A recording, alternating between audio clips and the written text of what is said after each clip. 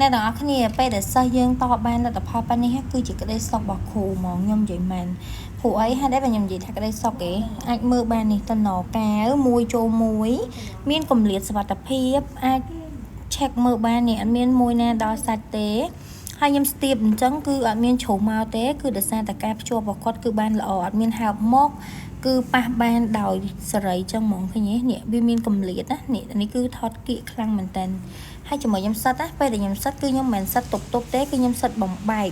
ការសិតបំបែកគឺមានន័យថាសិតឲ្យដល់គុលបើយើងសិតចង់ចេះឃើញទេគឺអត់មានន័យទេអញ្ចឹងខ្ញុំសិតឲ្យគៀកគុលដើម្បីឲ្យច្បាស់ថាហូមហ្នឹងគឺដឹងតែជាប់ហើយអញ្ចឹងបានជាហេតុពេលដែលសិស្សខ្ញុំក៏តជាប់យ៉ាងតិចក៏1ខែដែរជាប់រហូតដល់រោមភ្នែកធម្មជាតិគាត់ជ្រុះទៅវិញនេះអាចเป็นមើលបានគឺមួយចូលមួយនេះមានកម្រិតសុវត្ថិភាពត្រឹមត្រូវនេះ